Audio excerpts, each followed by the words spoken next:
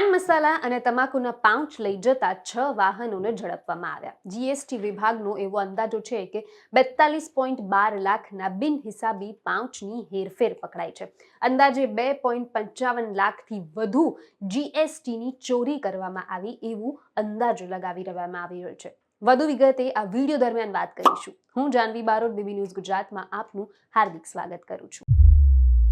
બાતમીના આધારે state GST વિભાગ અમદાવાદ જિલ્લાના પાન મસાલા અને તમાકુના પાઉચ હેરફેર કરતા 6 વાહનોને અટકાવી અને તપાસ કરવામાં આવી ત્યારે જાણ થઈ કે 42.12 લાખ બિનહિસાબી પાઉચ મળી આવ્યા છે, જેમાં 2.55 લાખથી વધુ જીએસટી ચોરી થઈ એવો અંદાજો લગાવવામાં આવ્યો છે। જીએસટી વિભાગ દ્વારા આ કહેવામાં આવ્યું છે।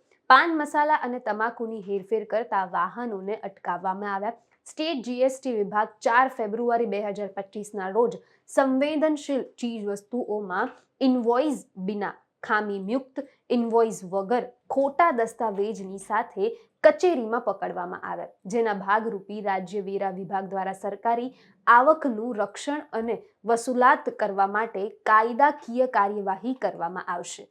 જે વિભાગ સંવેદનશીલ ચીજવસ્તુઓમાં કચેરીઓને રોકવા માટે તેના ગુપ્તચરણ નેટવર્ક અને ક્ષમતાઓનો વધુ ક્ષમતા વિરુસ્ત કરવા માટે પણ સક્રિય કાર્ય રહી રહ્યું છે।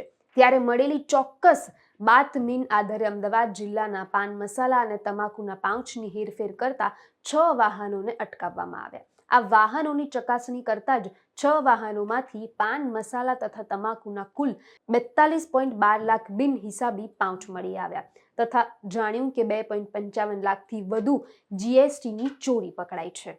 વધુ સમાચાર, વધુ વિગત સાથે ફરી મુલાકાત કરીશ। અત્યારે મને રજા આપો। નમસ્કાર।